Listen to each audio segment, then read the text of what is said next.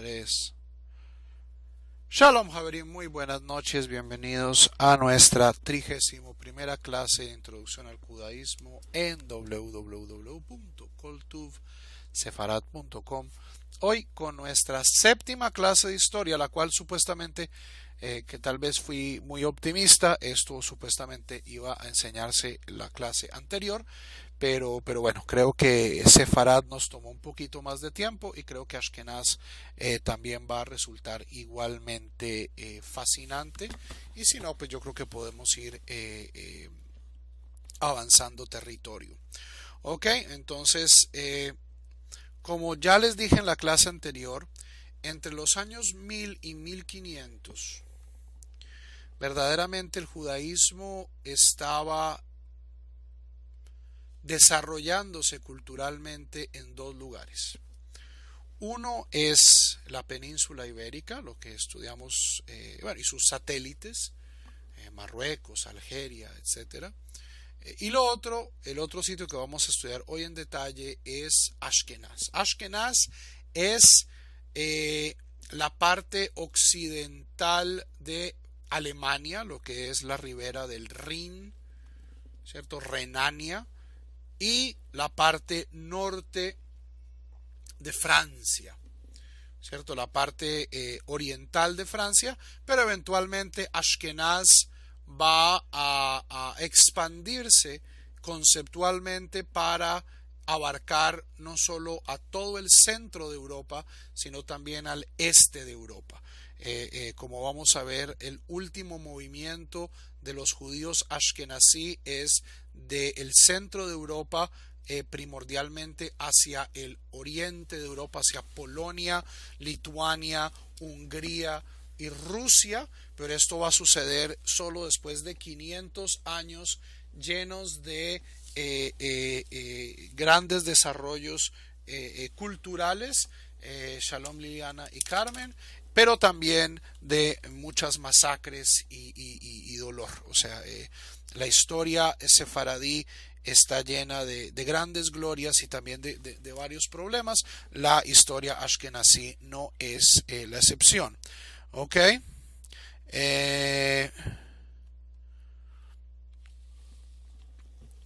Y quiero, antes de llegar, o sea, habíamos dicho que los años más importantes es entre el año 1000 y el año 1500, pero quiero dar un poquito de contexto.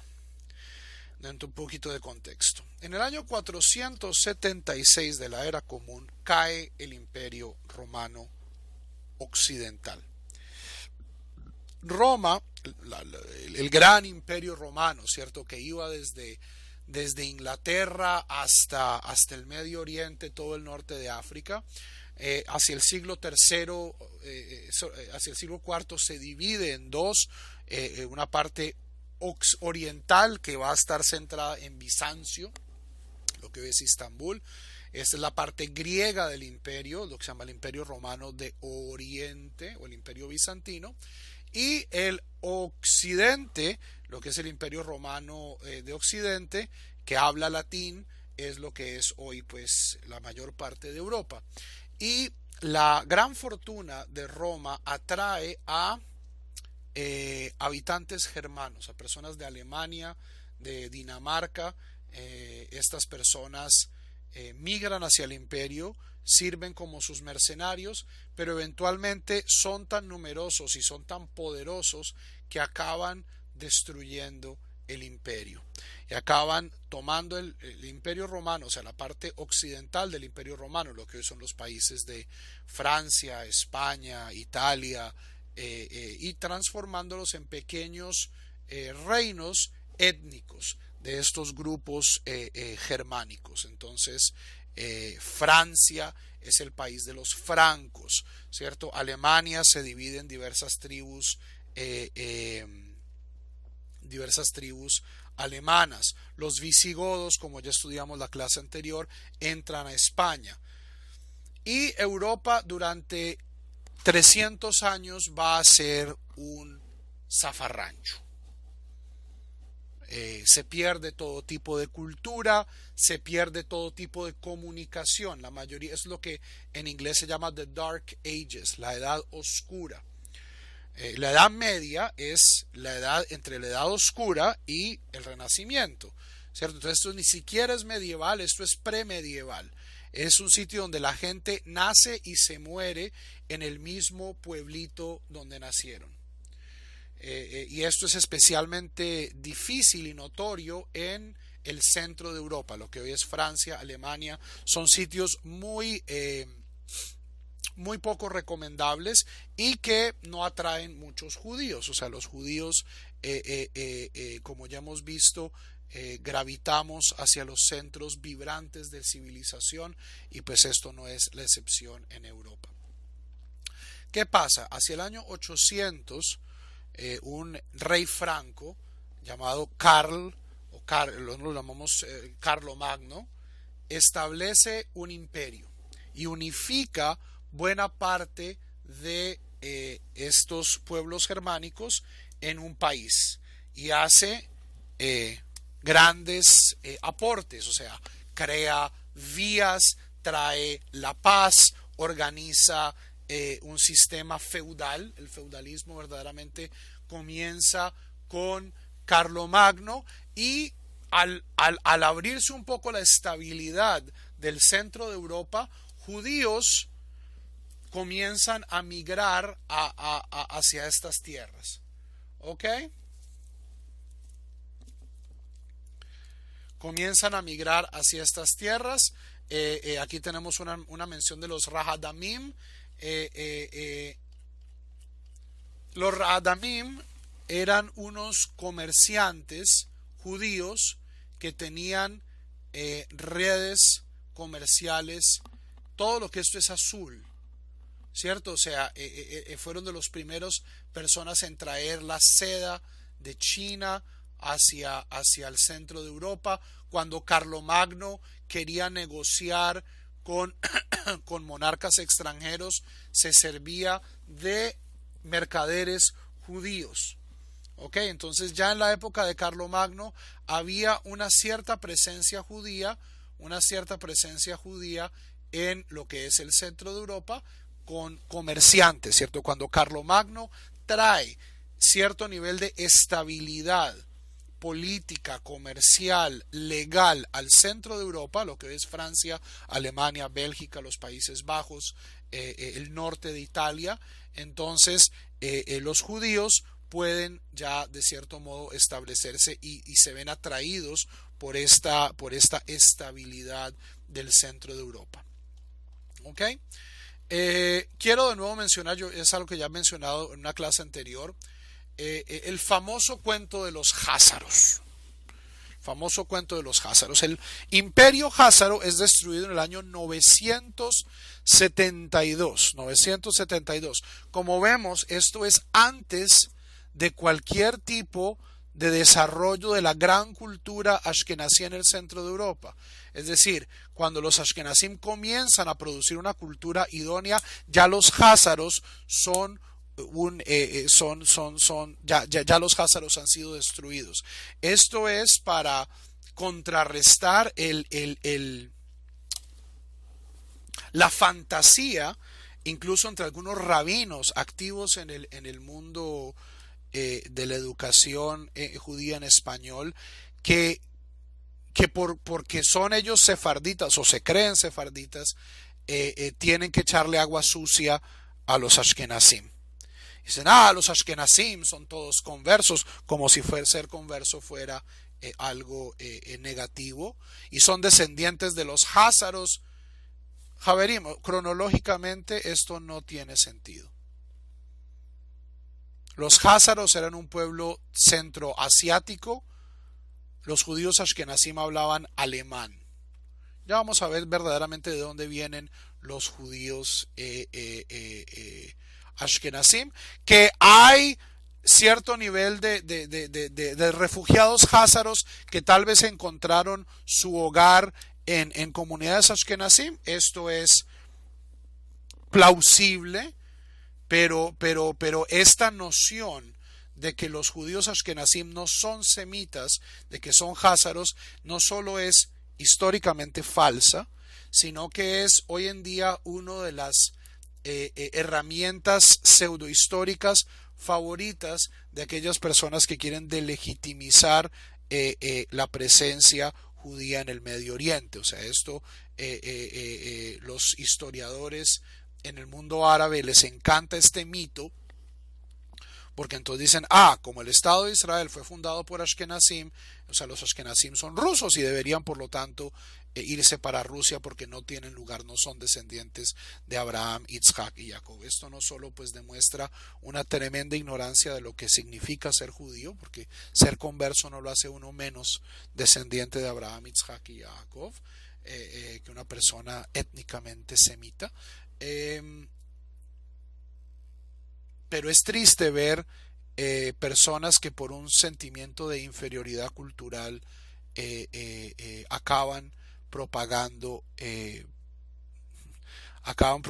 leyendas fundamentalmente no solo mal informadas, sino que tienen incluso su uso antisemita. Los házaros, para mayor información, estaban aquí. Los házaros estaban aquí, están entre el Mar Negro y el Mar Caspio. Eso es lo que es el oeste de Ucrania, Uzbekistán, Kazajstán. Eran un grupo donde la casa real posiblemente se convirtió al judaísmo por estar ensanduchados entre el imperio bizantino que estaba aquí y los árabes en Mesopotamia. Entonces ni para ti ni para mí, me vuelvo judío. Y eventualmente son destruidos por los rusos. Los rusos, cuando comienzan a expandirse desde Kiev, lo primero que conquistan es Jazaria.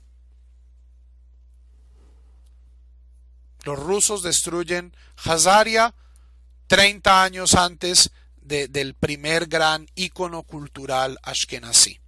Entonces, Javerim, para estar informados, porque esto pues esto demuestra no solo una gran ignorancia histórica, geográfica, sino que también demuestra mala fe de parte de aquellas personas pues que dicen estos mitos. Entonces, ¿de dónde vienen en efecto los Ashkenazim? ¿De dónde vienen los Ashkenazim? Eventualmente vienen de Italia. No sabemos que había judíos que habían sido traídos como esclavos durante después de la captura de Eretz Israel por mano de los romanos, y el sur de Italia, que pues no aparece en este mapa, pero lo que son las ciudades de Bari, de Brindisi, ¿cierto? El tacón y la punta de la bota italiana eran sitios de gran actividad comercial en la época del Imperio Romano y de gran intercambio con el Medio Oriente, y contaban con grandes comunidades judías durante incluso el Imperio Romano. ¿Ok? Estas comunidades prosperan. Había comunidades judías en Roma, había comunidades judías en Livorno, en Rávena, en Génova, en Marsella, en Aviñón, ¿cierto? En la parte mediterránea de Italia y también en el sur de Italia. Y cuando Carlomagno unifica y de cierto modo pacifica el centro de Europa, ¿qué comienza a suceder?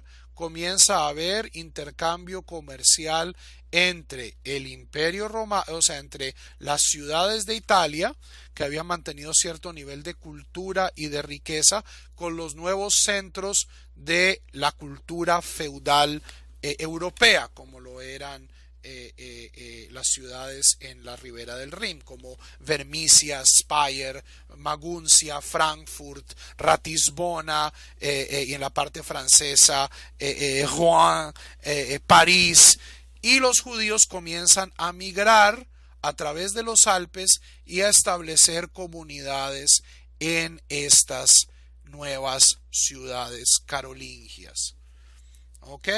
Entonces, originalmente, ¿de dónde vienen los Ashkenazim? Los Ashkenazim provienen de Italia. y antes de Italia de Eretz Israel. Que sí, que durante los 1000 años de existencia como una entidad cultural independiente ha habido mucha mezcla racial, absolutamente, ¿cierto? O sea, por eso hay judíos pelirrojos y rubios y ojiazules. Pero lo mismo sucedió en Marruecos con la población local, con bereberes, con árabes, con, o sea, ustedes en las Teshuvot del Rambam en el siglo XIII y al parecer todos los señores ricos de judíos de plata tenían criadas cristianas y criadas musulmanas con las que estaban teniendo hijos e hijas ilegítimos y había violaciones. O sea, un judío que diga que es absolutamente puro racialmente, a menos de que esa persona venga de Yemen o de Irak,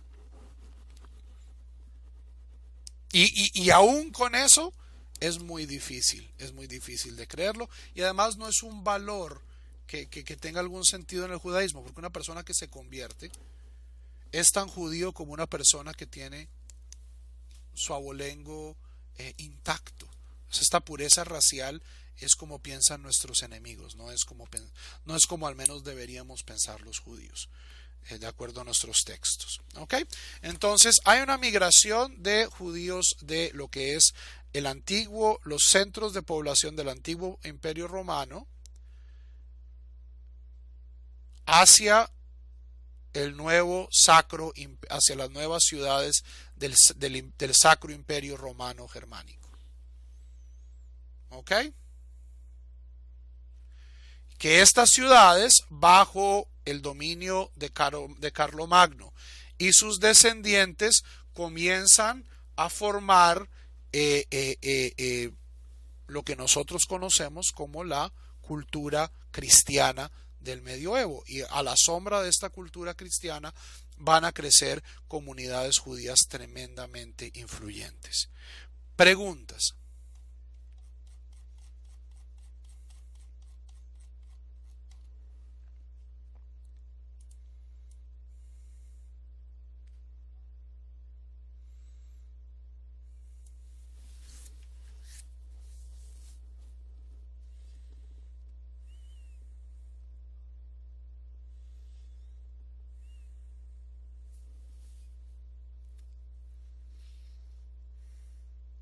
Ok. En el año 1000, no, Bizancio eso es en el año 300 y pico. Eso es Teodosio. Carlomagno es el año 800. Carlomagno era bárbaro, Carlomagno era alemán, Carlomagno era franco.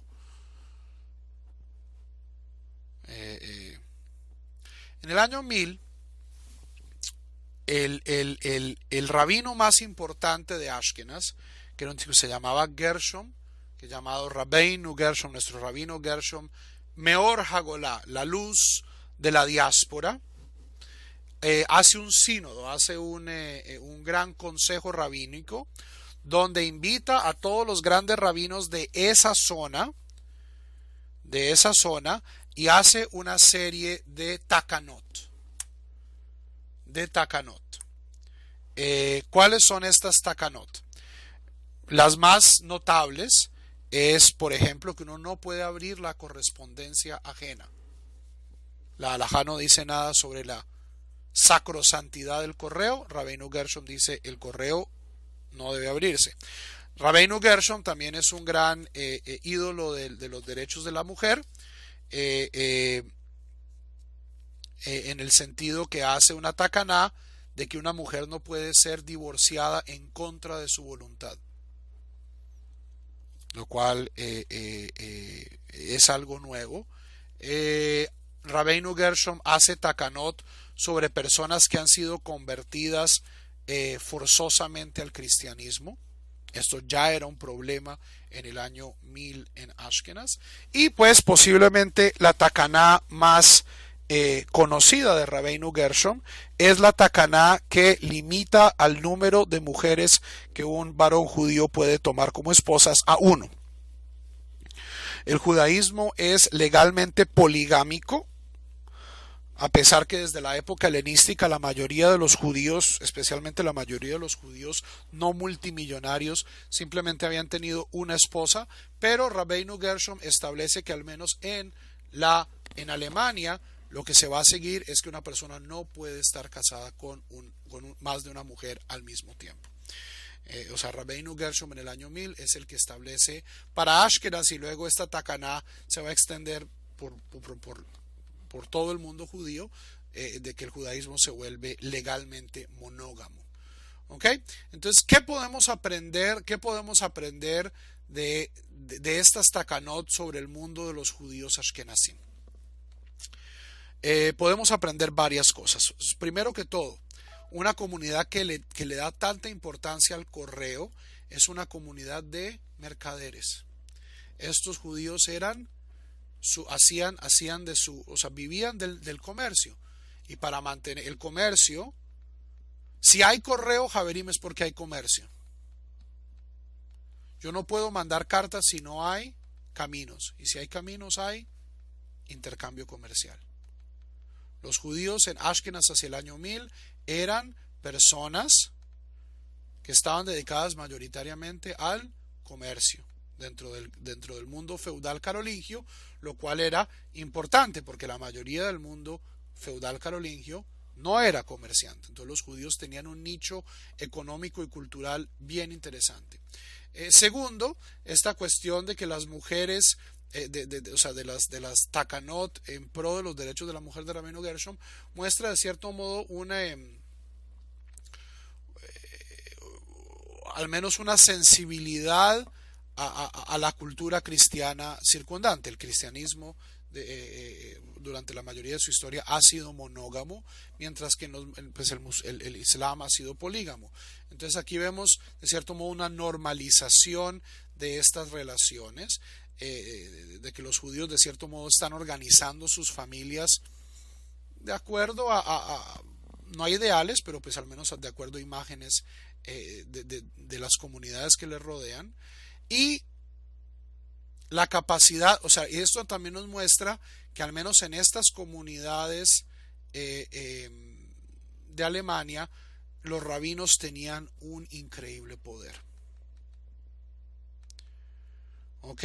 Alemania, a diferencia de Sefarad, no era el sitio más rico, más culto del mundo, donde los judíos estaban escribiendo poesía y haciendo astronomía y haciendo filosofía.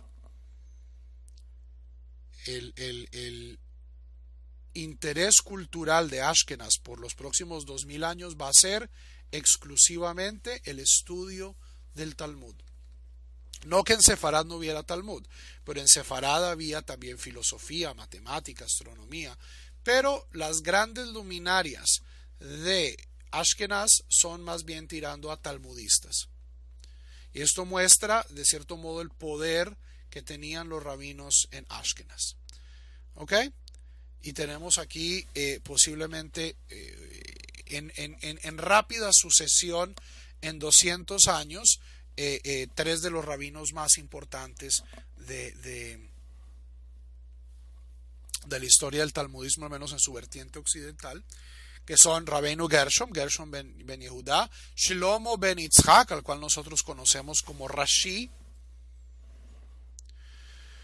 y el nieto de Rashi, por su hija Yocheved, Yaakov Tam, el cual es llamado pues en la tradición ashkenazí como Rabbeinu Tam.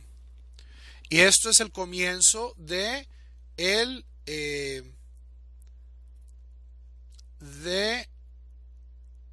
movimiento que se llama los Baalei HaTosafot,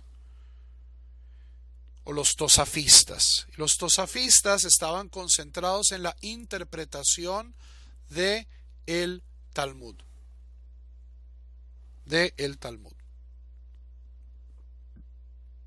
Y de la Biblia.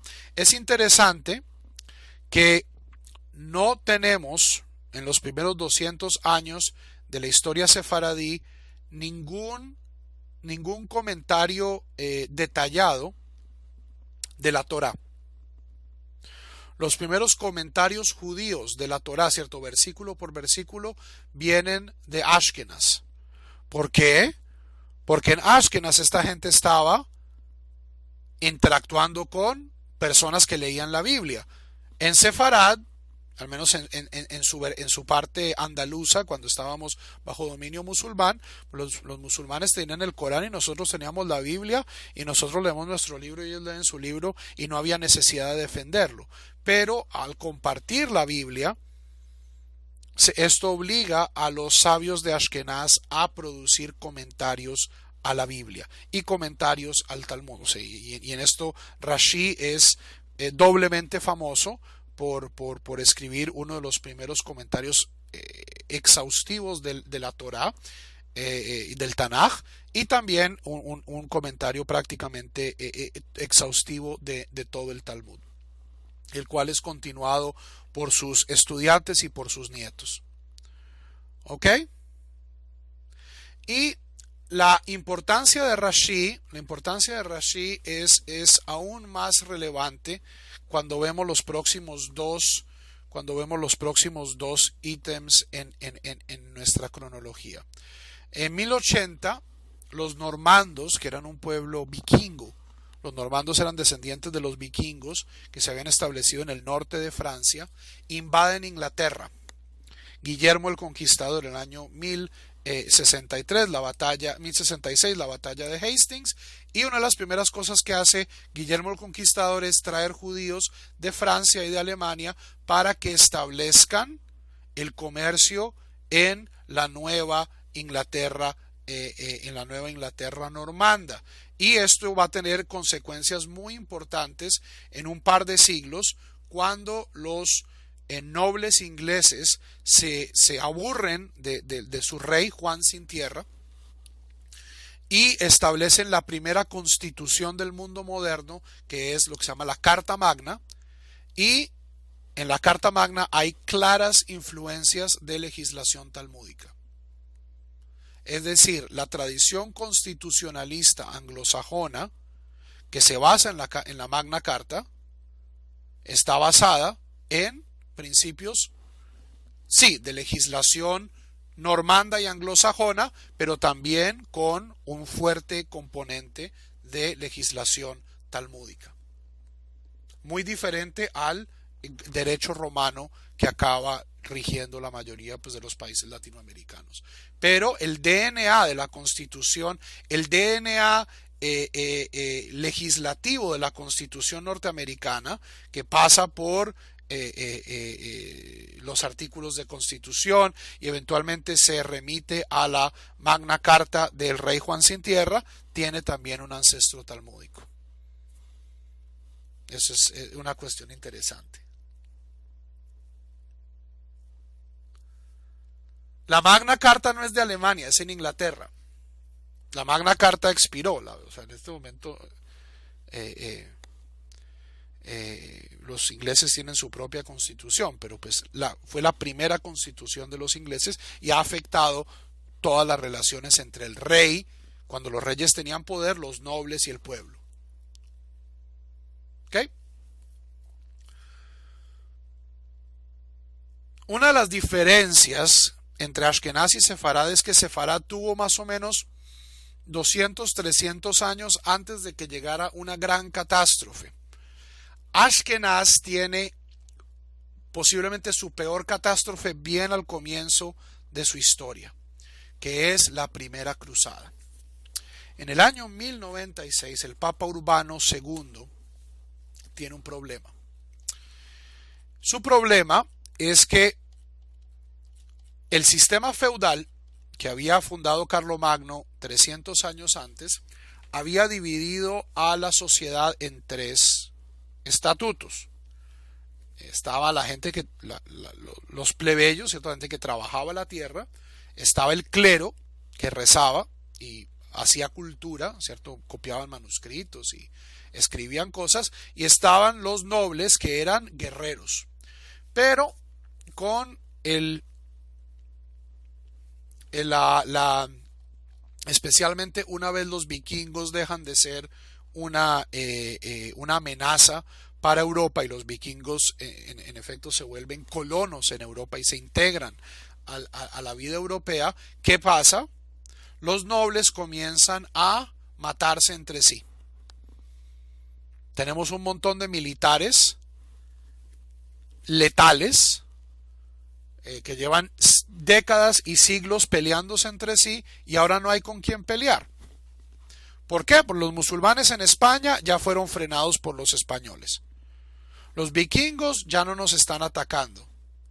Entonces el Papa Urbano tiene la, entre comillas, genial idea de reenfocar todos esos esfuerzos militares en una cruzada. Y dice el Papa que en ese momento Eretz Israel, la Tierra Santa, estaba en manos de los musulmanes. Y entonces el Papa dice que cualquier persona que muera en la cruzada va a adquirir inmediatamente absolución total de sus pecados. Y los nobles de Europa, que estaban ya también cansados de pelearse entre sí, de matar pobres campesinos, dijeron: excelente idea, vamos a matar infieles. Y en el año 1096 comienzan a movilizarse en una migración, pues por supuesto este ejército lo acompañaban frailes y cocineros pero desafortunadamente para los judíos las primeras paradas del ejército cruzado son las ciudades de Renania, las ciudades del Rin: Maguncia, Vermicia, Spira, Frankfurt, Colonia. Y donde pasaba el ejército cruzado, el silogismo mental de los cruzados era el mismo. Si yo estoy yendo medio mundo para ir a matar infieles en la Tierra Santa, pues ¿por qué no comenzamos matando a los infieles de acá? Y lo que sucede en un año, esto fue en el verano de 1096, porque estas ciudades están a escasas millas la una de la otra, esto fue, cuestión de semanas. La población, las poblaciones centrales de el Renania son diezmadas de la forma más brutal y horrible. En algunos casos hay conversiones forzosas, en algunos casos los obispos de estas ciudades y los nobles locales trataron de proteger a la comunidad judía. En algunos casos tampoco sirvió de nada que los trataran de proteger. En algunos otros casos los nobles y el clero local fueron los que estaban incitando en contra de los judíos. El caso es que en cuestión de semanas estas comunidades que eran el corazón de Ashkenaz sucumben. Y sucumben de una manera horrible. Y tenemos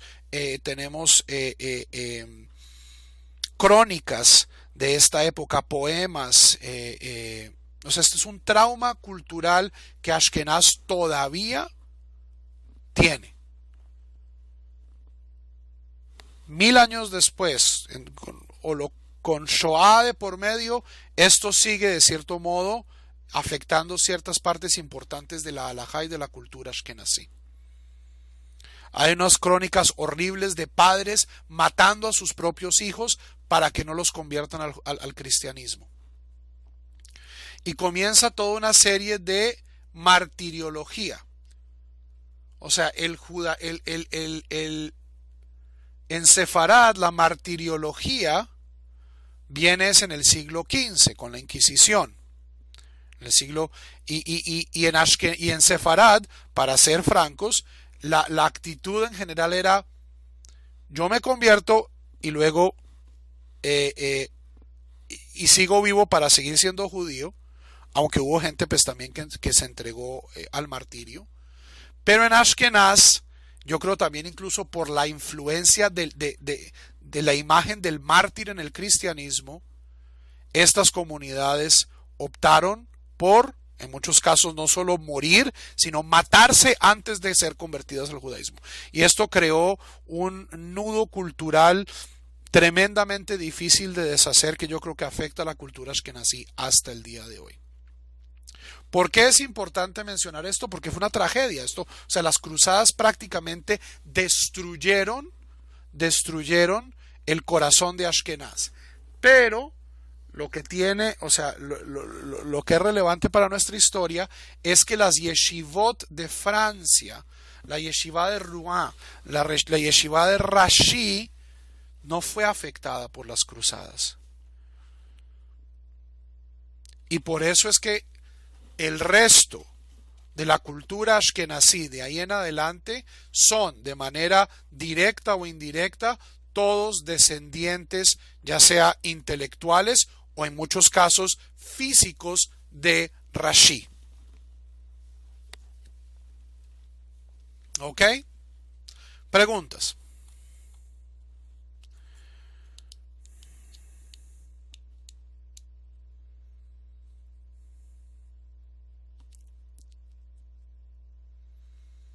Entonces, para hacer un pequeño paralelo, mientras en Sefarad, Shlomo ibn Gabirol, Yehuda Halevi,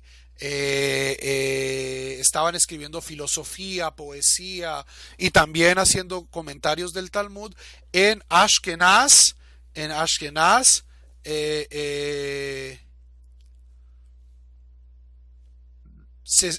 básicamente comenzando con la yeshiva de Rashi, que es la única yeshiva que sobrevive, o sea, la única yeshiva importante que sobrevive la destrucción de la primera cruzada, se comienza a forjar una especie de judaísmo muy particular. ¿Ok? Ahora la pregunta de Ivette es interesante. Hay aspectos de la cultura ashkenazí que se remontan a la época cuando estas personas vivían en Italia y estaban en contacto directo con Eretz Israel. Uno de los ejemplos claros es la liturgia especial de los Ashkenazim, especialmente la liturgia de las altas fiestas de Yom Kippur y de Rosh Hashanah, contienen toda una serie de piyutim, de poemas del siglo VI, del siglo VII de Eretz Israel, que en muchos casos no están en la liturgia ashkenazí, en la liturgia sefaradí, disculpen.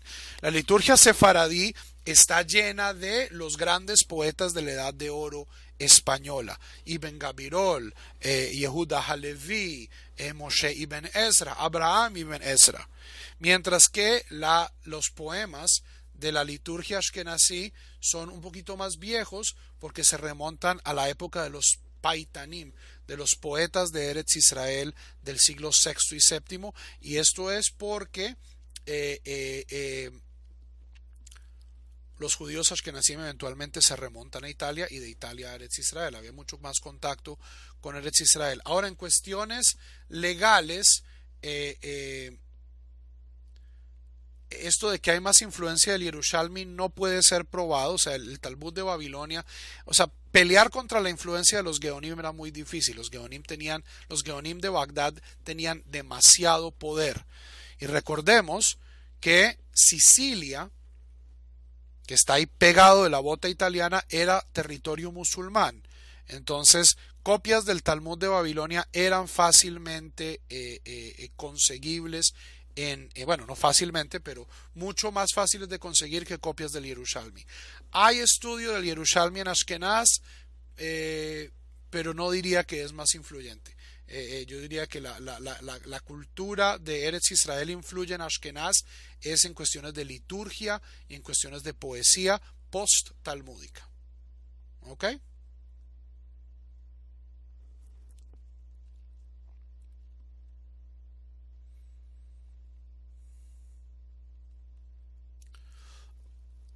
Preguntas.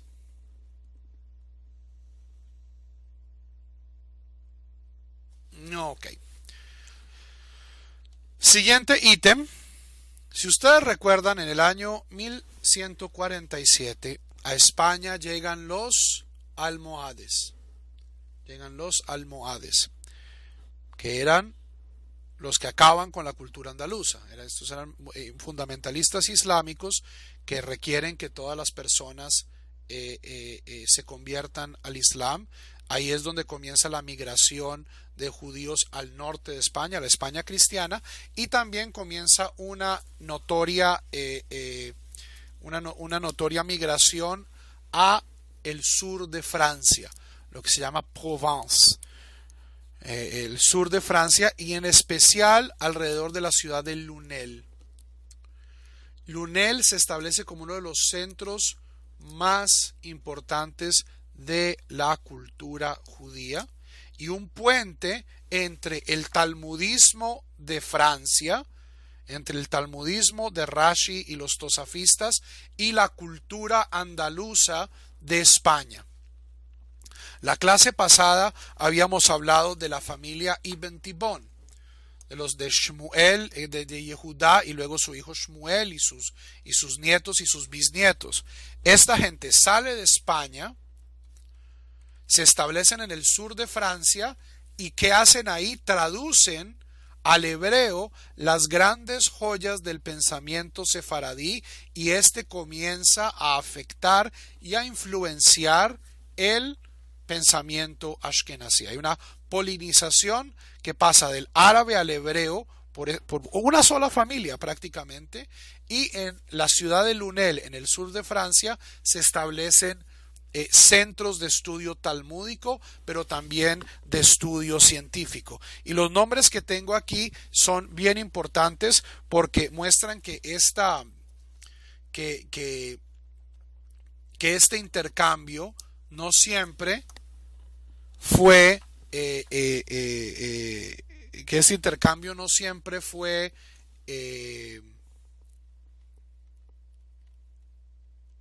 fue agradable. Cuando al sur de Francia comienzan a llegar las grandes obras del judaísmo sefaradí, hay una reacción de los sabios de Francia diciendo: esto es herejía, y posiblemente los dos más grandes críticos franceses del judaísmo sefaradí que se estaba filtrando a través de Lunel son Abraham ben David, cual es llamado Ravad, el Ravid de Posquiers, y Zerachia Halevi de Lunel. Abraham ben David es el gran crítico ashkenazí de Maimónides, del Rambam. Si ustedes hoy miran una copia piadosa del Mishneh Torah, van a ver en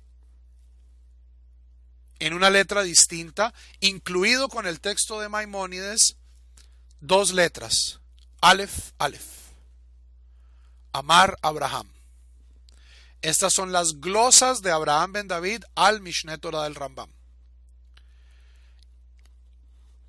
Y no son muy amorosas. O sea, alguien que le dice al Rambam: usted no tiene ni idea cómo se le ocurre llamar a gente. O sea, el racionalismo de Maimónides, la filosofía legal de España, que era crear códigos donde la ley fuera fácil de entender, amenazaba, de cierto modo, al talmudismo de Francia, el talmudismo ashkenazí, que era tremendamente barroco en muchos sentidos. Ustedes leen Tosafot, leen los Tosafot que aparecen pues en cualquier edición del Talmud hoy en día. Los tosafistas estaban tratando de probar que el texto del Talmud es consistente consigo mismo. Y para eso tienen que hacer unas maromas intelectuales increíbles. Esto tiene un nombre en hebreo, se llama pilpul. Pilpul.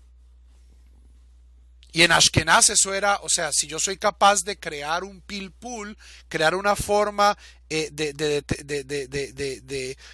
reconciliar dos textos aparentemente irreconciliables, esto era visto con tremenda, de una manera muy positiva.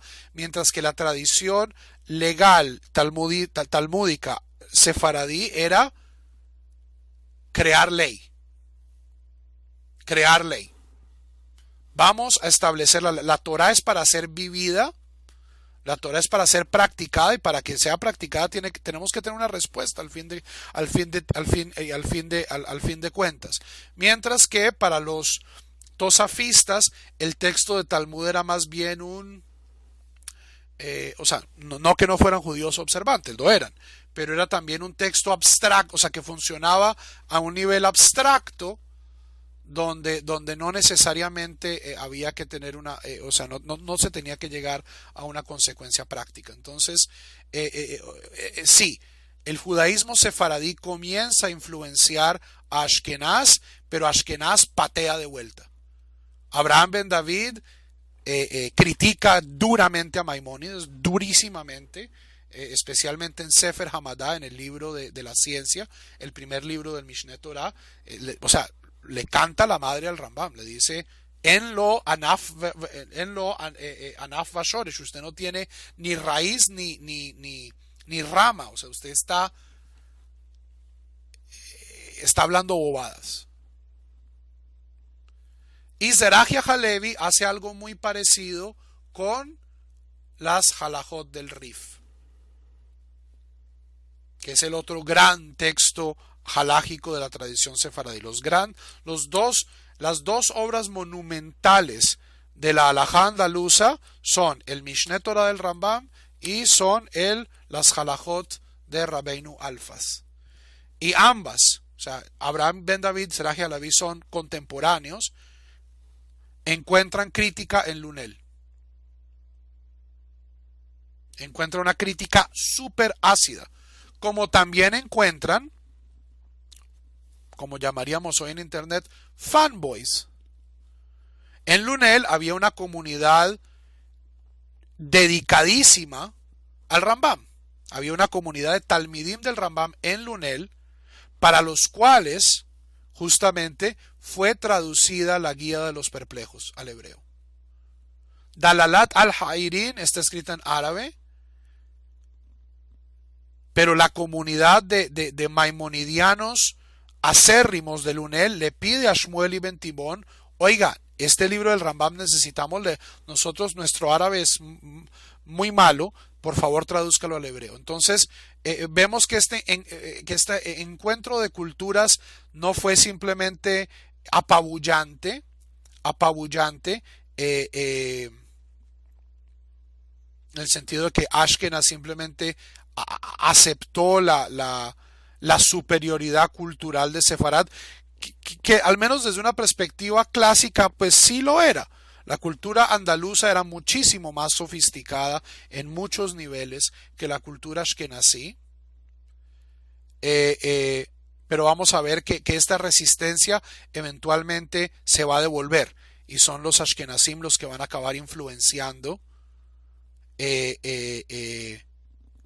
al judaísmo sefaradí también. Y al menos desde mi posición, no siempre de la mejor manera. ¿Ok? O sea, esta vertiente, este linaje hipertalmudista, recalcitrante, contestatario al mundo moderno, a la filosofía, a la ciencia, tiene sus orígenes claramente en Ashkenaz. No que no hubiera godos y recalcitrantes también en Sefarad, pero esta cuestión de decir yo no necesito ciencia, yo no necesito poesía, yo no necesito filosofía, porque yo tengo la Torah de Achen y tengo el Talmud de Achen, eso viene de Ashkenaz. Eso viene de Ashkenaz. Es una resistencia de un pietismo que había crecido a la sombra de las masacres de la primera cruzada, que eventualmente va a acabar en una guerra abierta, o sea, en una guerra cultural abierta con la visión judaica sefaradí. Es interesante también notar que Abraham ben David, a pesar de que no lo escribe, es también uno de los grandes precursores y de los grandes practicantes de la proto-cabalá presohárica. El hijo de Abraham ben David es Isaac el Ciego. Isaac el Ciego es posiblemente el autor de el Bahir, que es uno de los primeros libros de Cabalá que preceden al Zohar. Pero en este momento, por este momento, la Cabalá que se maneja en Francia es callada, es secreta, es esotérica. Se pasa de padre a hijo, de maestro a discípulo, como ya hablamos la clase anterior, no es sino hasta el año 1290, como una reacción al Rambam, una reacción al racionalismo andaluz, que la Cabalá va a salir del closet. Pero en este momento, o sea, las críticas que venían al proyecto del Rambam no solo venían desde una perspectiva halágica, sino que también venían desde una perspectiva ideológica. ¿Ok? Interesante notar también esta figura, la figura de Yehudá Hasid, Yehudá el piadoso. Es una persona que es contemporáneo prácticamente del Rambam, pero que genera un judaísmo completamente diferente. El pietismo ashkenazí del siglo XII era místico, era Yehuda Hasid escribe un libro que se llama Sefer Hasidim, el libro de los piadosos, y es una espiritualidad abiertamente, o sea, nosotros la identificaríamos como medieval, ¿cierto? O sea, tentaciones por todo lado, y gente que se exponía a las tentaciones para resistirlas. Esto está sucediendo también en Ashkenaz. Ahora, esto no tiene nada que ver con los Hasidim contemporáneos. Los Hasidim contemporáneos aparecen en el siglo XVIII basados en el Besht, pero muchas de estas ideas de un pietismo separado del mundo, casi ascético, ya encuentran cierto tipo de manifestación en Yehudá Hasid. ¿Ok?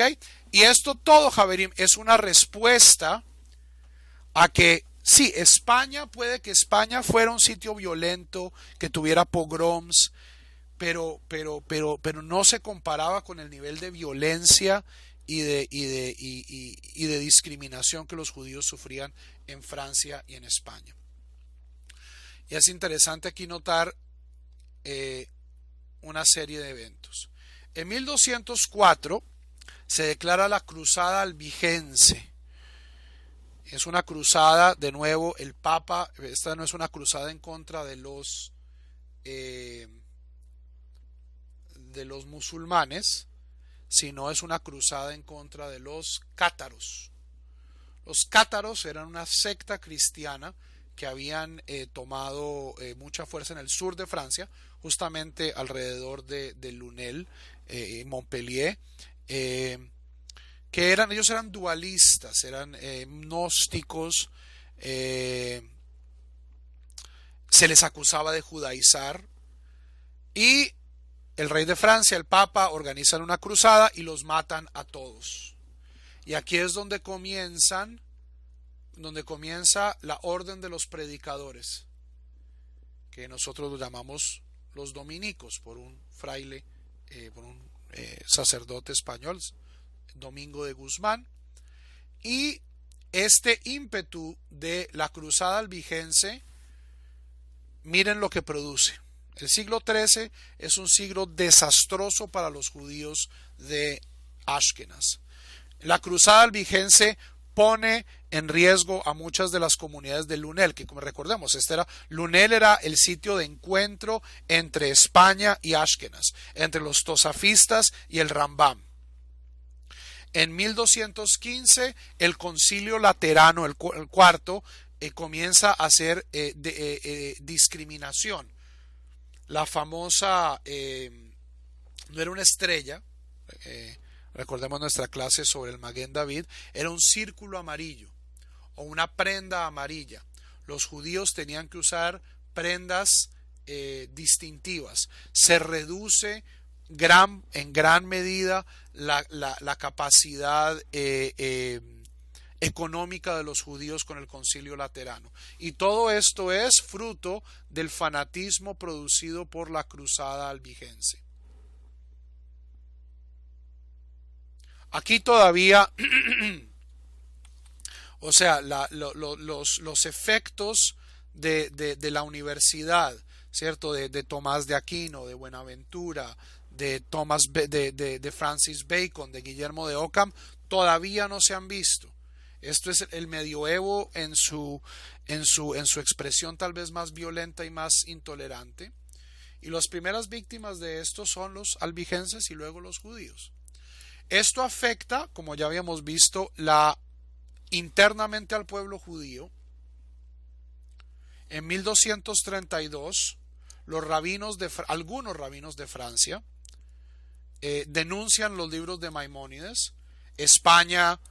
En España hay un debate, hay gente en pro, hay gente en contra, hay gente en pro y en contra en Lunel, pero acaban ganando los antimaimonidianos y en 1232 las obras de Maimónides son entregadas a los dominicos de Montpellier y son quemadas. 10 años después, utilizando argumentos muy similares, el Talmud es quemado en París. Y comienza una persecución del Talmud, el cual es el documento más importante, ciertamente del mundo judío, pero especialmente para los Ashkenazim. Recordemos, aquí no hay filósofos, aquí no hay matemáticos, aquí hay talmudistas. Y muchos reinos prohíben la quema del Talmud, comienzan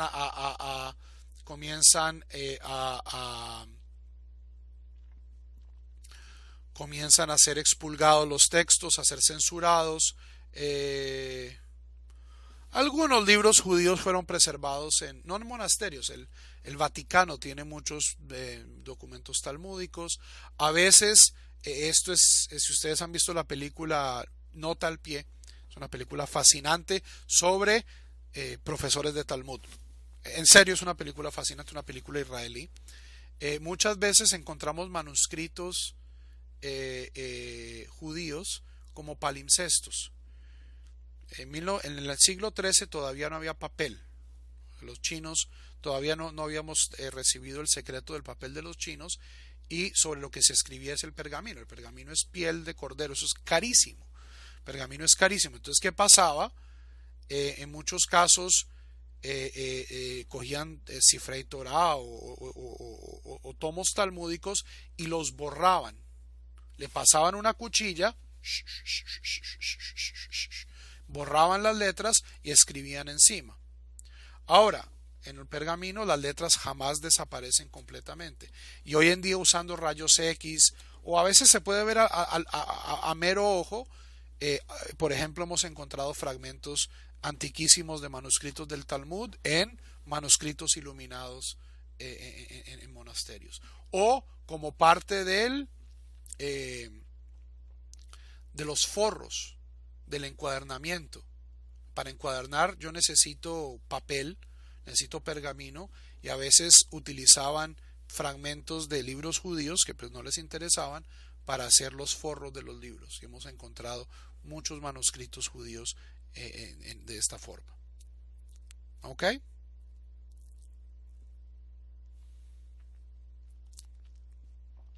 En 1290 el rey Eduardo I de Inglaterra el mismo de la película de Mel Gibson. Maleus Scotorum, el martillo de los escoceses. Antes de matar a Mel Gibson, expulsa a los judíos de Inglaterra. Y comienza un precedente muy negro de los judíos siendo expulsados de países europeos. Como vemos, después del siglo XIII hay una reducción de las luminarias propiamente ashkenazim, y esto tiene dos motivos. Por un lado, las cosas en Alemania y en Francia se ponen verdaderamente graves.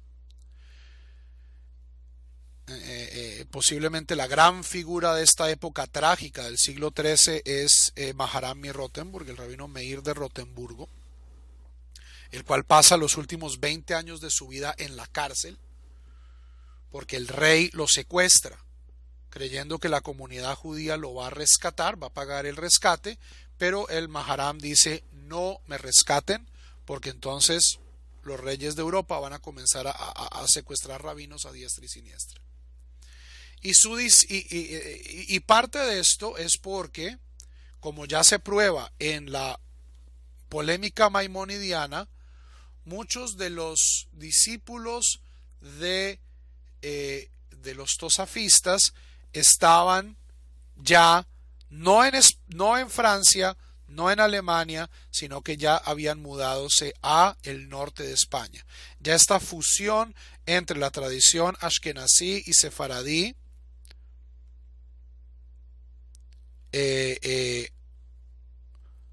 o sea, si en el siglo XII el movimiento es de sur a norte, es decir, de España a Francia, con los sabios, o sea, los libros del Rambam, de Ibn Pacuda, de Ibn Gabirol, de Yehuda Levi, siendo traducidos al hebreo para que los lean en Francia. En el siglo XIV se revierte, en el siglo XIII se revierte la dirección, y son los sabios de Francia los que de cierto modo comienzan a influenciar en Sefarad. Esto no es sorprendente que el siglo XIII vea entonces la gran explosión de la Kabbalah en España. Es decir, la Kabbalah son ideas francesas, pero publicadas y matizadas y articuladas por rabinos españoles. Y esto tiene su manifestación política en el año 1304, cuando Asher ben Yehiel, que es uno de los discípulos principales del rabino Meir de Rotemburgo, es nombrado rabino en Toledo.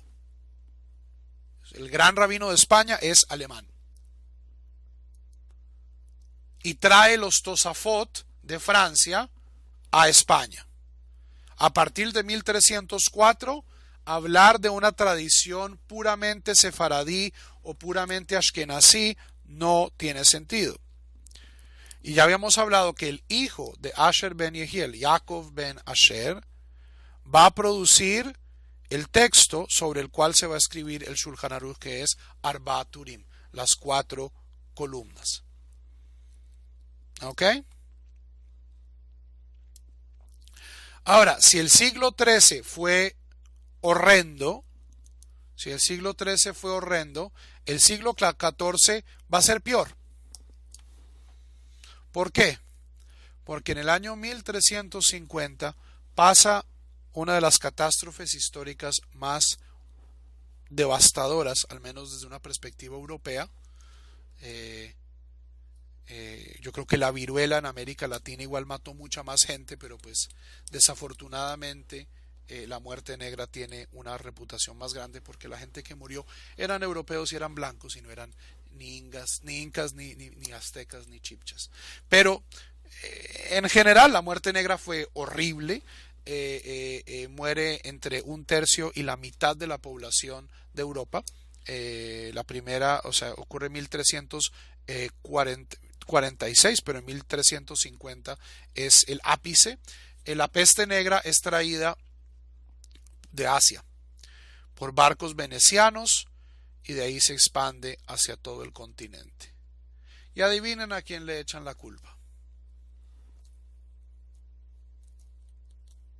En muchos casos se le echa la culpa a los judíos.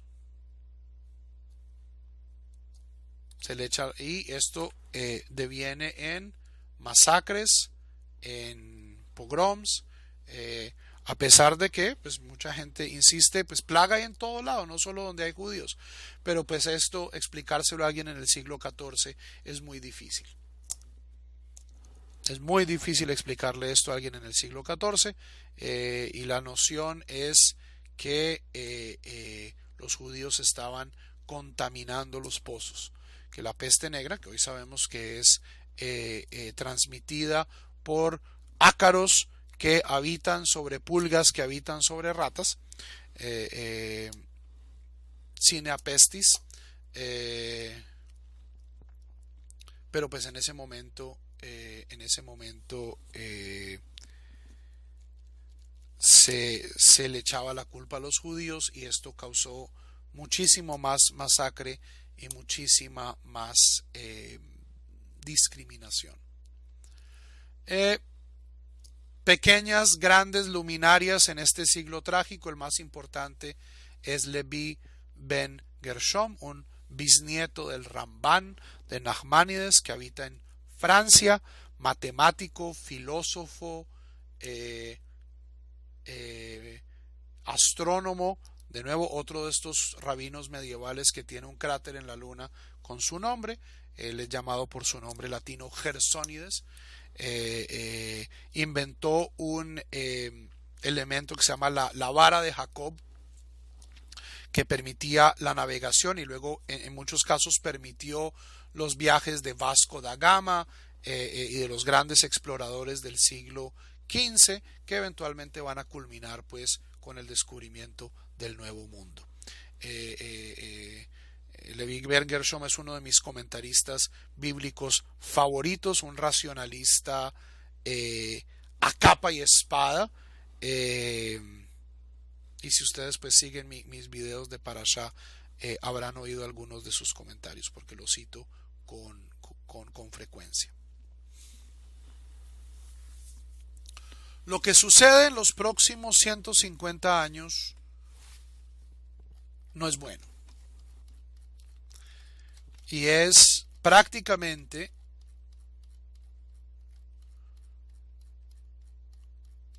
la expulsión de los judíos de la mayoría del centro de Europa y del este de Europa. Los judíos son expulsados de Inglaterra en 1290, esta es la primera expulsión. Son expulsados de diversos principados alemanes en 1348 durante la peste negra. De Francia son expulsados finalmente en 1394. De Provence son expulsados en 1430. Y el gran destino, los dos grandes destinos. Por un lado, los judíos españoles son expulsados en 1492. Los judíos que salen, la mayoría de ellos toman o para Italia o para el Imperio Otomano, que era pues todo lo que hoy llamamos el Medio Oriente, los turcos. Pero durante el siglo XV y XVI ocurre lo siguiente. Rusia Rusia se está cuajando. Siglo XV es donde aparece Iván el Terrible, Iván Grozny, que va a ser el gran conquistador de Rusia, pero eso todavía no ha sucedido. Alemania se está consolidando y entre Alemania y Rusia aparece un startup, un país startup que se llama Polonia. Y Polonia es un país que, como muchos otros países en la historia de la humanidad, dice: nosotros no tenemos muchos recursos y necesitamos gente que sepa manejar recursos. Polonia abre sus puertas de par en par a los judíos. Y por esto, Javerim, es que la mayoría de los judíos ashkenazim, con contadas excepciones, de judíos que pudieron quedarse en algunos sitios de Alemania, ¿cierto? En Frankfurt. O sea, los judíos nunca fueron expulsados completamente de Alemania. Casimiro, Segismundo, los reyes polacos, todos eran muy prosemitas. Y esto causa que al menos del centro de Europa la migración sea más que todo hacia Polonia. Entonces, Sefarad se acaba en 1492. Los judíos sefaradíes, algunos se van a quedar, ya vamos a hablar de esto en la próxima clase, el tema de los Anusim. Pero los que se van o para Italia o para el Imperio Otomano, lo que es Turquía, Grecia, Eretz Israel, Egipto, Marruecos. Ahí donde se va a forjar el judaísmo sefaradí como lo conocemos hoy en día. El judaísmo ashkenazí sale del centro de Europa y sale para Polonia. Y de ahí de Polonia se va a expandir a Rusia, van a volver a Lituania, a Hungría, a Austria, ¿cierto? Pero Polonia va a ser hasta la Shoah. Con todas estas expulsiones en el siglo XIV y en el siglo XV, el balance demográfico de los judíos pasa de estar en el oeste de Europa a estar en el este. La mayoría de los judíos van a estar en, ya sea o Polonia o en el Imperio Otomano. Y así vamos a sentar el teatro, ¿cierto? Para los próximos 500 años de historia, donde la historia de los judíos ashkenazim va a estar ligada íntimamente con la experiencia polaca y rusa, y la experiencia de los judíos sefaradíes va a estar íntimamente ligada con la disolución del Imperio Otomano, por un lado, y luego con el retorno de los judíos del este de Europa al centro de Europa, que ocurre en los siglos XVII y XVIII, ¿cierto? Judíos polacos comienzan a volverse a mudar a Frankfurt, a Berlín, judíos españoles que tienen una experiencia de marranismo, de Anusiut, van a Holanda, van a fundar los judíos de Ámsterdam, van a volver a entrar a Inglaterra, y de ahí van a pasar al Nuevo Mundo y van a fundar las primeras comunidades judías de las Américas. Pero en este momento, en el año 1500, si yo soy un judío sefaradí, lo más posible es que esté en el Imperio Otomano. Si soy un judío ashkenazí, lo más probable es que esté viviendo en algún lugar de la Gran Polonia. ¿Ok? Preguntas.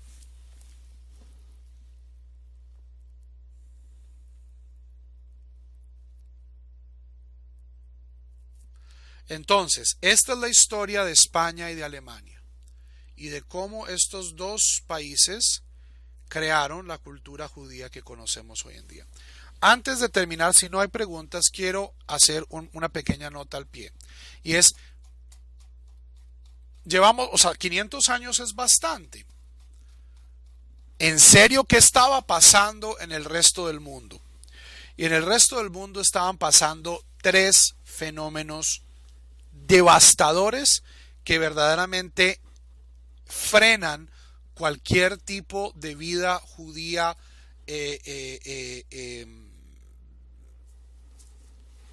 esplendorosa.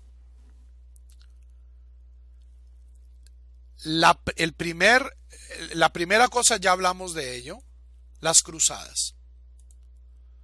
Las cruzadas van a ser de el Medio Oriente, especialmente de Eretz Israel. Recordemos que los judíos jamás nos fuimos de Eretz Israel, a pesar de que la mayoría de los judíos vivía por fuera, pero la comunidad judía de Eretz Israel sufre muchísimo durante las cruzadas. Tanto, o sea, especialmente los reyes cristianos que se establecen cuando los cristianos conquistan Tierra Santa, eran tremendamente antisemitas. Cuando en 1099 los cristianos entran a sangre y fuego a Jerusalén, matan tanto a todos los musulmanes como a todos los judíos de la ciudad. Saladino, por otro lado, que era el rey fatimida, los fatimidas estaban en Egipto, que estaba tratando de hacer la reconquista musulmana del Levante, su médico era el Rambam. Saladino tuvo un gran rol en fortalecer a los judíos de Egipto, pero más allá de ello, Saladino no afectó a los judíos de Europa. Entonces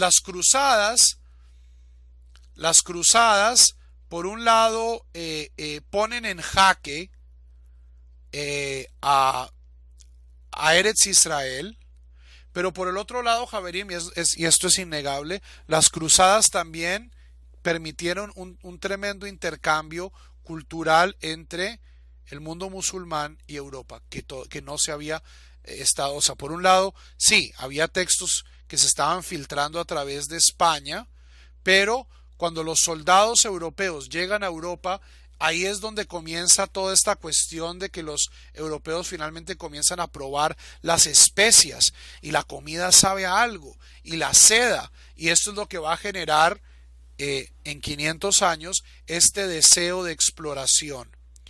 También las cruzadas generan comercio, generan rutas. No, Saladino no conquistó Europa. Saladino reconquistó la Tierra Santa para el Islam, pero Saladino nunca pisó Europa. O sea, Saladino era el gran enemigo de los cruzados, pero él nunca dejó el Medio Oriente. Y las cruzadas establecen rutas de comercio entre el Oriente y el Occidente, y adivinen quién estaba metido en la pomada de estas rutas comerciales: judíos ashkenazim y judíos sefaradíes. Entonces, sí, a pesar de que la vida judía en Eretz Israel decae profundamente con las cruzadas, esto beneficia muchísimo a los judíos en el oeste, que principalmente estaban en España y en Francia, Alemania. ¿Cuál es la segunda cosa que genera grandes problemas? Un señor de nombre Temujin. Temujin nace aquí, Mongolia. Nosotros lo conocemos por su apodo Genghis Khan, los mongoles. Y los mongoles conquistan prácticamente toda Asia, incluyendo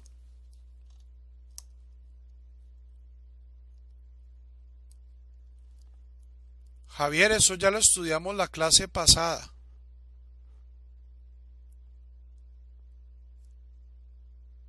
Los primeros 30 minutos de la clase pasada fueron todo eso.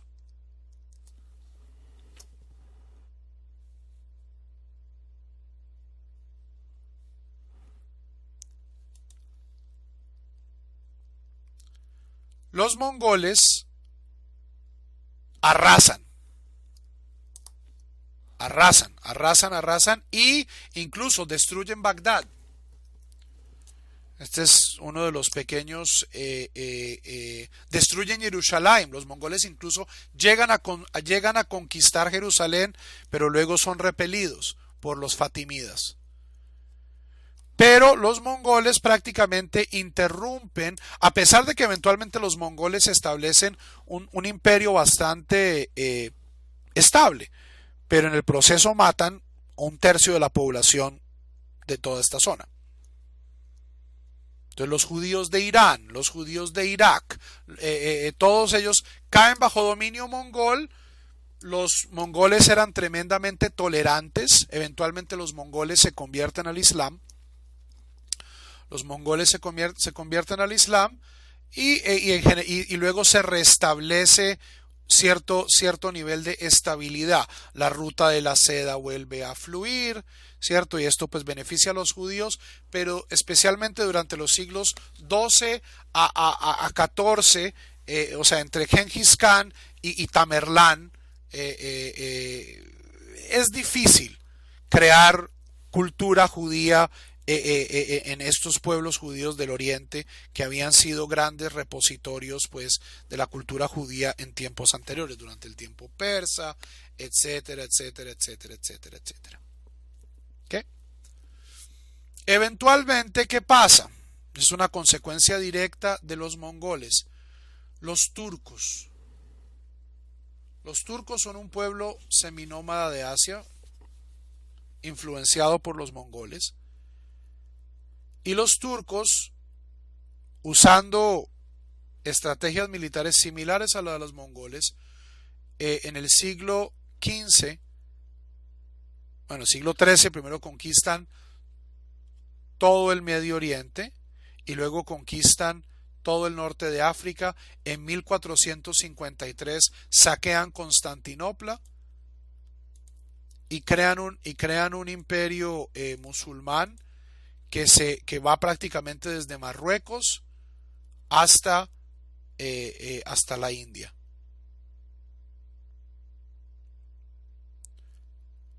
Y la conquista de los turcos es brutal. La conquista de los turcos es brutal. O sea, todas estas conquistas son tremendamente sangrientas, pero eventualmente cuando se establece un imperio con reglas, con leyes, en general los judíos prosperan y ayudan a ese imperio. O sea, los judíos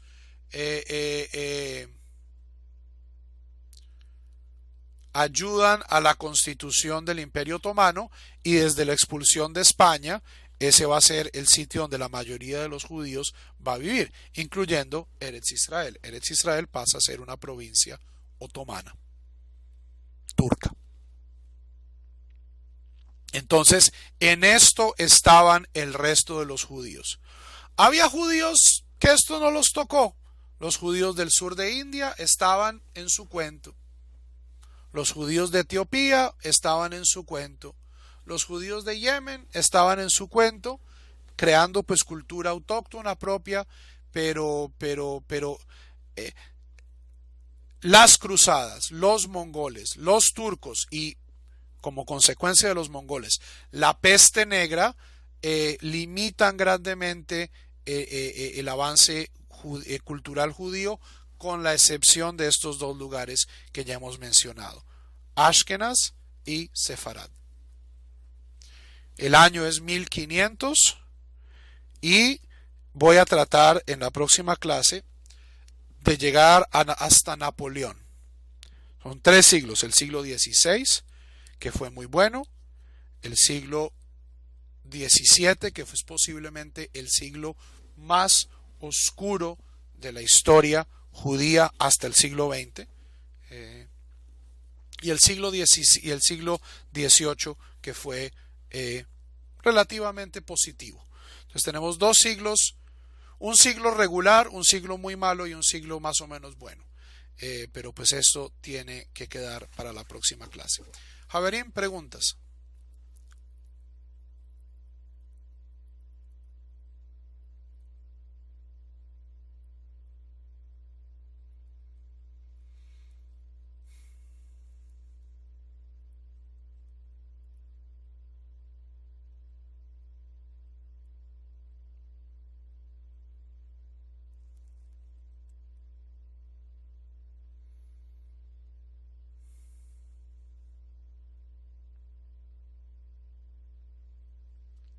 Historia de Europa no, historia universal.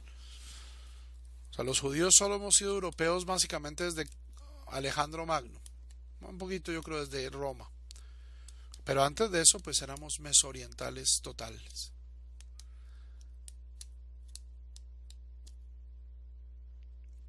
¿Qué queda entonces? Queda una clase sobre los siglos XVI al XVIII. Queda una clase sobre la emancipación, siglo XIX. O sea, yo creo que alcanzamos a llegar hasta la Shoah.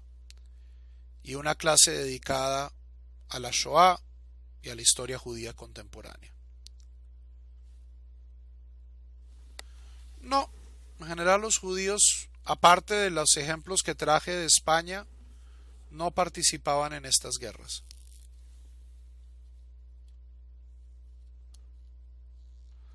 Rodas era parte del Imperio Otomano.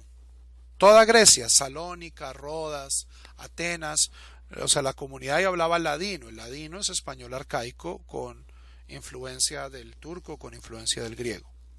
Ese es el ladino. O sea, en España hablaban español y el ladino se viene a constituir es después de la expulsión.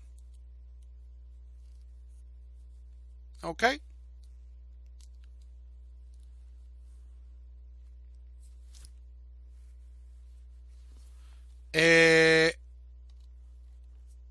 Daniel, esto es justamente lo que he estado diciendo los últimos 10 minutos.